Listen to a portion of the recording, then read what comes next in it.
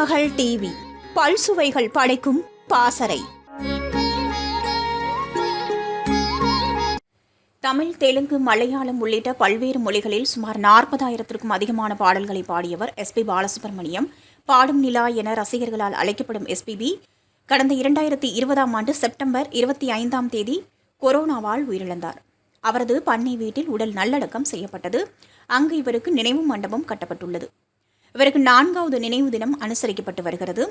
இந்நிலையில் எஸ்பிபியை கௌரவிக்கும் விதமாக அவர் வாழ்ந்த சென்னை நுங்கம்பாக்கம் காம்தார் நகர் முதல் தெருவுக்கு எஸ்பி பாலசுப்ரமணியம் சாலை என்று பெயர் சூட்டப்படுவதாக முதல்வர் ஸ்டாலின் அறிவித்துள்ளார்.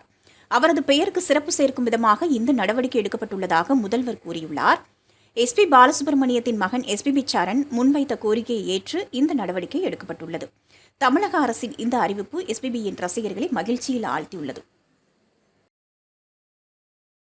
திருமகள் டிவியை லைக் செய்து உங்கள் நண்பர்களுக்கும் ஷேர் செய்வதுடன் சப்ஸ்கிரைப் செய்து ஆதரவு தாருங்கள்.